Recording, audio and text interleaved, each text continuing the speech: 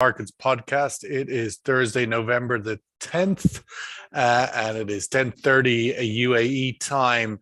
Let's go straight to Bill Spindle, climate and energy editor at Semafor, our correspondent on the ground at COP27. I'm going to steal that right out of you. No, but Bill is on the ground at COP27 and is emerging clearly as one of the world's great commentators on the direction of travel of the energy transition after spending nearly 6 months tracking right through India earlier this year with the update on India's transition. So, Bill, real great pleasure to have your insights a few days into COP27. Will it reach any point you think that we'll take note of?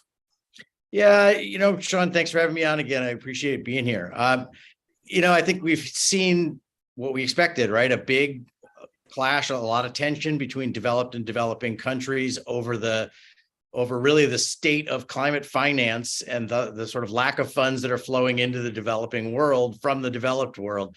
So they kind of got off reasonably well, cleared the first hurdle by putting this item about loss and damage, which is very important to the developing world, onto the official agenda, which is the first time that the developed countries have even really agreed to officially take on this issue and figure it out. But the tensions are not going. What is that issue exactly? Sorry. Yeah, so loss and damage. Loss and damage is sort of the idea that developed countries largely, almost completely, caused the climate crisis with their sort of historic emissions of greenhouse gases, and therefore the impacts, they should really pay money to the developing world for the impacts that are now being felt there. The developing world didn't really contribute to this problem, and in many ways is the most vulnerable to it. So they've been quite insistent that be recognized and take the form of some sort of a financial payment or flows into the developing world. That's a very contentious issue, but it's at least on the agenda now. And where does India and China fall on that definition? Are they part of the group that wants money from the developed world, or are they part of the group that has to pay money given their scale and impact? Yes, Vibhuti can speak to this as well, but I think the frustration, the Indians feel a great amount of the same frustration with the developed world, that India is taking on a lot of these climate impacts, and they're not really historically India's problem. However, India is actually a pretty decent sized emitter these days, and really is in the middle ground. They are a developing country, but they're certainly not a developing country in the realm of some of these sub-Saharan African countries that really are struggling with the most basic issues of energy access, which India has some challenges with, but has made a lot of progress on. China's a really different case in that it's hard to even put it in the developing country category at all, although it sometimes speaks as if it were. And then on the other hand, it's by far the world's largest emitter of greenhouse gases. So it's in a sort of ambiguous position in all of this, and really staying somewhat on the sidelines. Xi Jinping is not visiting COP this year, so they're really in an odd position. Well, let's go to Vibhuti Garg, Director of South Asia at Institute for Energy Economics and Financial Analysis in Delhi. Vibhuti, what's the perspective from India, just sticking with the COP insight for now, not necessarily having the direct impact on energy markets this week, but ultimately let's get a sense of where India looks at the COP27 and this issue that Bill has highlighted. Thanks, Sean, for having me here. So definitely, as Bill pointed out, so I think it's unfair to put India to pay because they are undergoing a lot of development themselves, and they have been putting up big plans to set up renewable energy, and they are themselves in need of a lot more finance, what is available to domestic resources. And they have not been historically the contributor to the climate change that we are witnessing or being subjected to now. And we ourselves, this year and even in previous years have been subjected to heat waves, as well as there have been floods in certain parts of the country. So we are ourselves struggling, to deal with a lot of loss and damage. And definitely not fair to put us along with China, because the magnitude or the quantum of both the fossil fuel-based capacity in China versus India is still, there is a stark difference, quite a bit. In terms of our expectations or in terms of demand, what we've been speaking with some of the government officials as well as with people on ground over there. So definitely, India is in support and stands along with all the other nations asking for a separate loss and damage kind of a fund. Thankfully, yes, as Bill also pointed out, for the very first time, it has actually been put as part of the agenda. We are yet to see how it actually shapes up in terms of quantum and in terms of the timelines, because I think timelines are very important aspect. We can't wait for 2 to 3 years to start with this process of loss and damage, because there's enough loss and damage that has already happened, and there is a urgent need to provide for those people who have been impacted through these different natural calamities that have impacted different parts of the globe.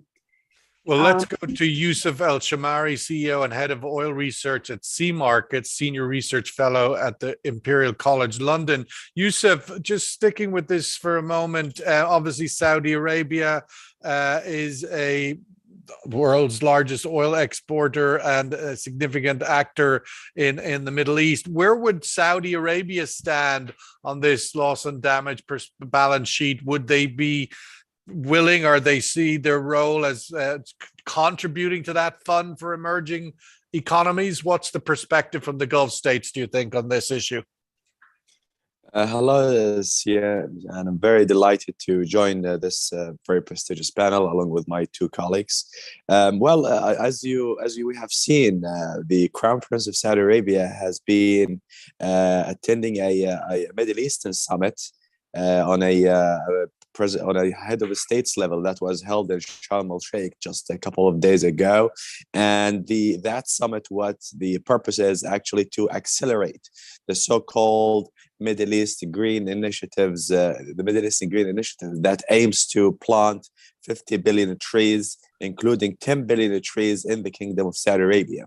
The Kingdom has also donated $2.5 billion into that green initiative. Of course, that green initiative will also include let's say improvements of already damaged land in order to try and use the carbon offset. So it's, as we all know, with of course deforestation, the impact of deforestation would lead to an increased emissions of carbon. So that green initiatives is expected to lead to at least 30 to 36% carbon reduction from the business as usual scenario, with at least 800 million ton of carbon reduction that's quantified from now until 2050. So I would say that's the Middle East initiative which has been pledged by the Kingdom. On the other hand, of course, Saudi Aramco, just a month ago, we've seen announcements from Amin al-Nasser, who that there has been a new fund for clean energy technologies with a value of $1.5 billion. That's the world's largest technological fund that's just been established by Saudi Aramco, and it will focus on financing those technologies which have got the highest promise in terms of leading to a net zero carbon scenario. Of course, and I believe here perhaps the technologies that use oil and gas in a cleaner and a greener way will have the highest priority in terms of funding and financing. Of course, also the Kingdom continues to play an important role in investments in R&D. We've seen the Aramco, of course, financing blue hydrogen and investing in these clean initiatives that, of course, will enable the company to achieve its net zero target by 2050. Of course, we all know that Saudi Arabia aims to become net zero carbon by 2060. So these are kind of the general there's initiatives. a lot going on, but nonetheless, the specific question, Bill, in terms of what the posture of the oil and gas, the fossil fuel producing countries and companies at COP27, they weren't really allowed in the door at COP COP26. What's the posture, the expectation, their role at COP27, and they're part of the solution, or are they even making it to the conversation? Yeah, I think a couple of factors have really brought that whole issue and question to the fore, both at this COP and, I think definitely continuing on to the next COP, which is going to be in Abu Dhabi, actually. I think the question, the Gulf states, a lot of the oil producers worldwide make the case that they can be part of the solution through carbon capture, through some other mechanisms. And at the same time, certainly the Gulf states can play an important role in financing. What that role will be and how well it will be accepted, I think is something that's really come up for discussion here in Sharm el Sheikh, definitely next year. And that question is going to get a full airing. Vibhuti, let's just turn to the more immediate sense of the energy markets, the oil markets this week. We're seeing oil price trade this morning, a little change, holding, Brent dropped quite significantly yesterday, but this morning, little changed. The news earlier in the week by the EIA in the United States, and again, further downgrades, revisions downward of demand growth in 2023. Despite all of that, however, India seems relatively unimpacted by the $90+ oil price. What's your outlook for demand growth in India in 2023? India is poised on a very strong economic growth. So that means, whether it's transportation, industrialization, and even urbanization is leading to huge demand. And especially when we talk about oil, while India has been quite focusing on and deploying more and more, electric vehicles, but it's going to take some time for us to promote decarbonization in the transport sector. So definitely, given that we have been importing more than 80% of our oil needs, and there is no immediate replacement for us, so we do expect very strong, again, demand for oil in the next few years. Till the time there has been a lot of push, India has been trying to push more and more mixing of ethanol with petrol. So that's another, policy reforms or a way to reduce reliance on oil imports is being promoted. But yeah, it's going to take some time. So at least in the next couple of years, we will see, high demand for oil from India. The outlook, generally speaking, Yusuf, has been the downward, as we said, demand forecast. China still holding on to its zero COVID policy, and with that, sort of the global economic outlook seems increasingly moving towards recession. My question to you, Yusuf, is: we saw OPEC Plus move a month ago on their 2 million barrel a day quota cut.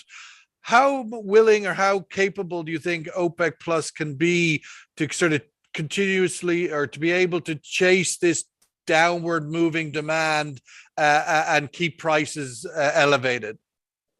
Shane, it's a very delicate balance here, which certainly a week ago the picture looked a little bit better than what we're seeing today, and that's because we were expecting China to reopen at some point beginning of 2023. But if of course, also we had another scenario, which is that we can get a softish kind of landing in terms of the U.S. economy and other European economy with this tightening monetary policy. So in a way that we don't get a real recession. But if the demand continues to deteriorate and we see prices ahead of the run up to the meeting coming up in early December falling below $90, then I wouldn't be surprised if OPEC cuts further by 500,000 or more. That's in a way to save the markets, and that's something we need to see within the next 20 days. So that's in terms of what we expect on that decision. What about more? I mean, in the context of this quota cut, 2 million barrels announced at the beginning of October, which was only just coming into effect the 1st of November. the fact that the expectation that only at the most half of that will be cut, is there any sense that the rest of that half could make it into being physical or real from those other countries that are sort of not expected to participate? We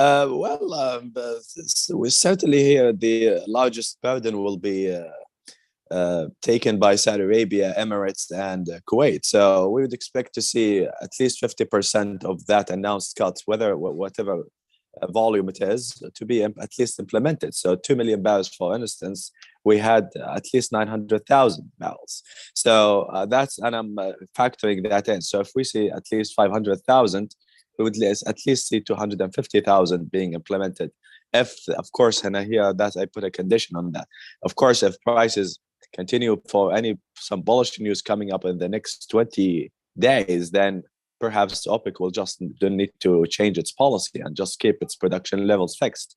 So it's kind of an uncertain picture as we move towards December. Bill, the outlook this morning in the United States, of course, the elections the day after the elections seems to be more or less a draw. I don't know if that's the right word in politics. There's always a winner, perhaps, but kind of all of the pieces together, a bit of a draw. Nothing much changes, but one thing changes ultimately, that Biden's domestic agenda gets frozen because the opposition has won houses of parliament. But what is your takeaway? What is their relevance vis-a-vis the direction of travel for the economy and energy demand in the US? Yeah, so it was a pretty interesting election. I think it was not an awful day for the Democrats, which caused a lot of celebrating in Democratic circles. That was a win for them to not have it be awful. A bad day for Donald Trump. Interestingly, a lot of the candidates that he supported, particularly the Senate race in Georgia, where his candidate didn't manage to win outright, that's going to a runoff. That could actually decide the balance of the Senate. So we may well have to wait all the way until December to know where the Senate is going to come down. The House has gone pretty decisively. Well, not so much decisively, but the House has gone over to the Republicans, but not nearly in the sort of, tidal wave that some Republicans were hoping for and Democrats were worrying about. So all in all, I think it's not a bad day at all for Biden. He was absolutely ebullient in his press conference yesterday. And as far as going forward, I think, yes, in a sense, new policies are pretty much frozen. If they've lost the House, they can't get much through there. On the other hand, they've really passed quite a big agenda in their first 2 years. So a lot of it's about implementing that. And there's not going to be much a narrowly divided House, even in Republican control, can really do to unmake that. So I think you'll see Biden, focusing quite a bit on sort of implementing the agenda and trying to get the word out about that agenda. And then it all comes down really to the fate of the economy, which continues in this kind of strange state of pretty strong economic growth, job growth, pretty good, despite, multiple big interest rate hikes that are really causing a lot of problems around the rest of the world. And that's really the danger here, is that the US economy kind of continues to chug along somehow in the face of these interest rate hikes, which all that's going to do is cause more interest rate hikes, which translate into big problems elsewhere around the world, especially if China doesn't find a way out of this COVID policy and broader kind of housing slump that's really pulling down growth there. And I think alarming people that this is a longer term structural issue, not something that was going to start to go away after the party Congress, after Xi Jinping got his third term. There was hopes that COVID policy would come off and then gradually the economy would work its way back. Now I think there's a lot of fears that we're looking at a real structural downturn or growth slowdown in China. The 30-year party in China is over, while maybe the beginning of one in India, Vibhuti, that India's sort of breaking the global trend in terms of growth, but also well supported at this moment, it would appear, by continued discounted Russian oil. We're seeing both Iranian sanctioned oil, Russian oil, Venezuelan even floating oil in many ships off the coast of Malaysia and Singapore. There's a lot of discounted, cheaper oil available for those customers in Asia, and India being one of them. How big a factor you think that will be in 2023 for India in terms of its volumes, like 5 million barrels of oil imported a day into India? How much of that will be in this heavy discounted space? Well, our foreign minister, Mr. Jaishankar, as well as our oil minister, Mr. Hardeep Puri, has been time and again emphasizing the fact that, India is going to put forward its consumer needs first. And we have been experiencing very high inflation in India. And I think that's the phenomena that is also being witnessed by many other economies as well. So we have wholesale price inflation of over 10%, whereas consumer price inflation of about 7.5%. And oil is one of the big components which is driving this high inflation, which is further impacting your food inflation, which is further impacting your energy prices. So there's a lot of linkage with, at what price India is able to secure oil. So in short, as much India is able to secure a discounted price, irrespective of which country is going to be the source of supply, India is going to scout for cheaper oil imports because unfortunately we rely, as I said earlier, also more than 80% on imports to meet our oil needs. And those are substantial. And those are going to further rise with the high economic growth that we are witnessing. And Yusuf, to you, as we move into 2023 and the discounted Russian oil and others are, Russia has displaced Saudi and the Gulf states as number one supplier to India and China. Some months, of course, Saudi comes back, but ultimately there is a shift there. And I'm wondering, does that add up to any kind of a concern for the Saudi exports into their biggest customers in Asia? This, what may have been at first a temporary arrival of discounted Russian oil into the Asian markets, now bedding in for the mid to long term. What does that mean? What does that do for Gulf exports or Saudi exports to their big Asian customers? Well, I don't think the Saudi Aramco, the kingdom, will be concerned about incremental supplies coming from Russia to China. That's because the Chinese economy is quite huge and accommodative.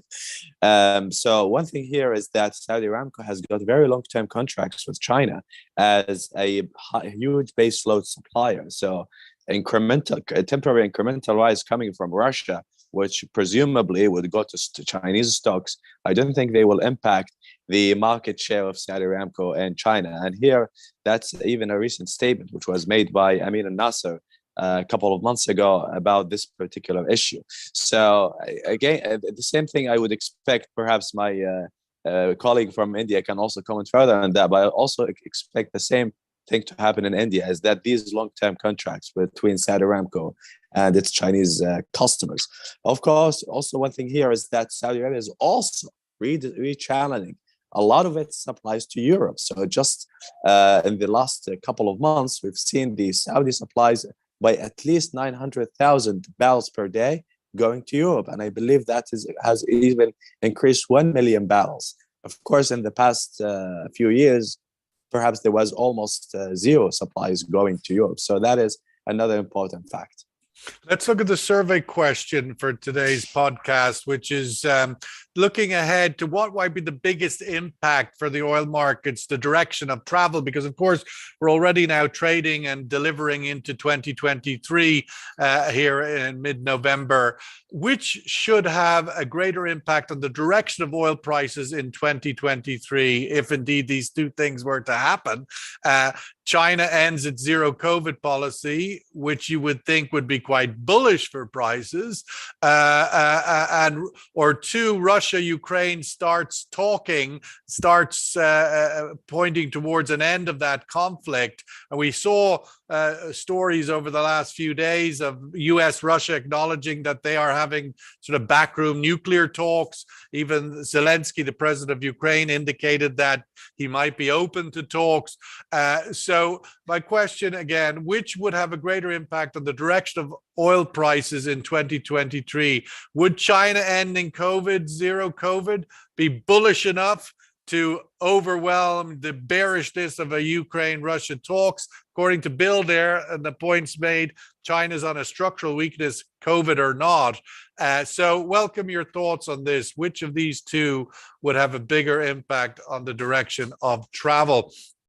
Bill, your thoughts on that, the point of the impact on Europe vis-a-vis the politics of holding this alliance together.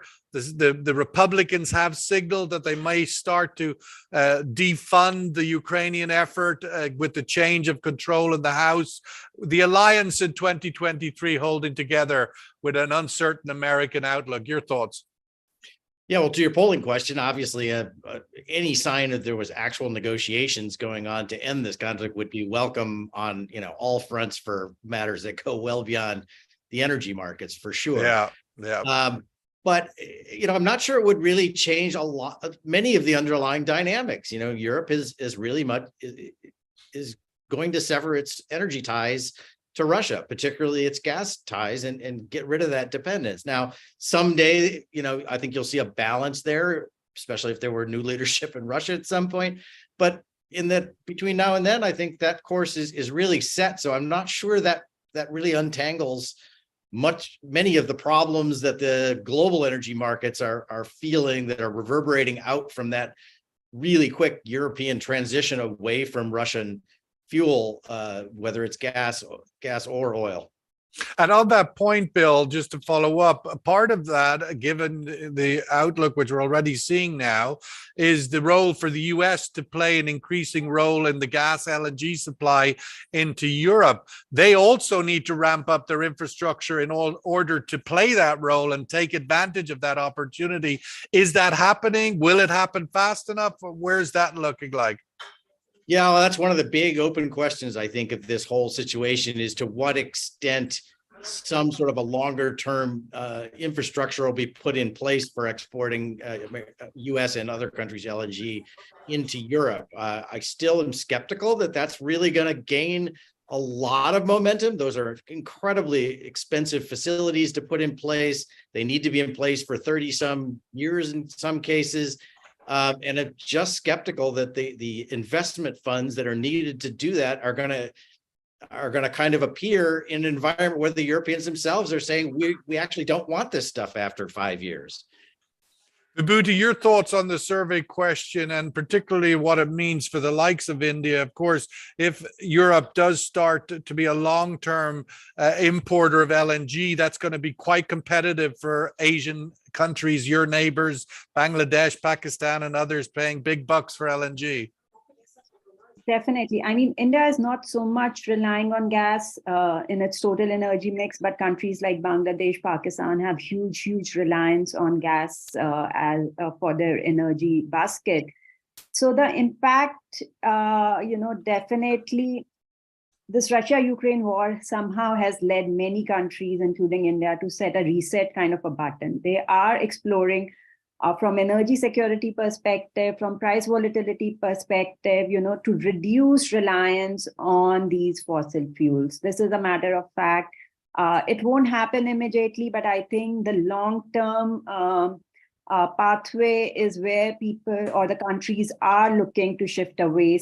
So in the interim, I would say, if things go well and the two countries get into some kind of an agreement, and whereas also US will start pumping in more and more LNG into the system, I think there'll be some kind of price stabilization, which we have seen, so much volatility in the market, so some kind of stabilization.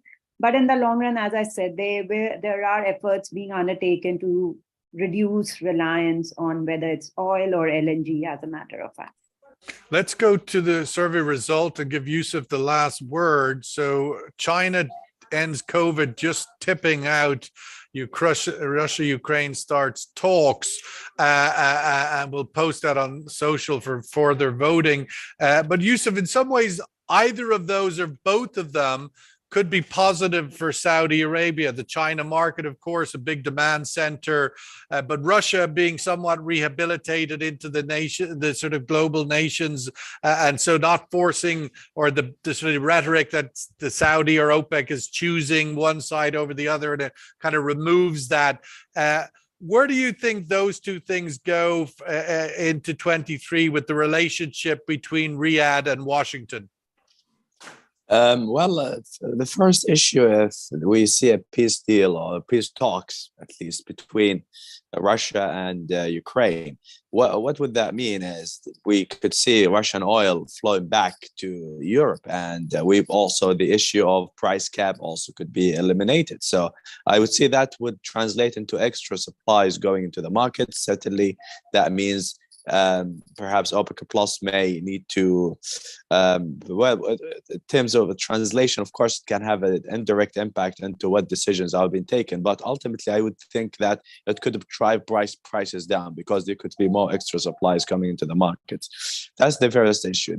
Of course, if that issue is resolved, certainly here now, between Riyadh and Washington, how would that get translated is, first, the tensions between the US and Russia is somehow reduced, but we have also another issue here, which is the OPEC Plus policy. And I don't think Riyadh will take or will try to or will accept politicizing the OPEC Plus policy. I think it will continue to be technically driven and data driven, regardless of the war in Ukraine ends or continues. So that's an important aspect here.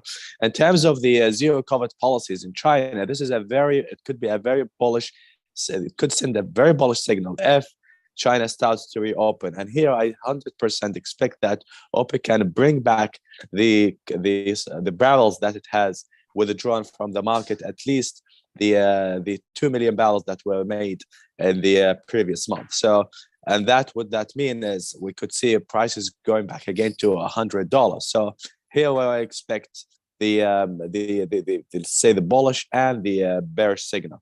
But one important issue here, which makes me worried, is if China comes back opening in its full economy and there is a shortage of capacity, then who can meet that incremental rise with shortages of investments and very limited spare capacity around? Because Saudi Arabia and Emirates, the two countries that have almost 50-50 of OPEC spare capacity.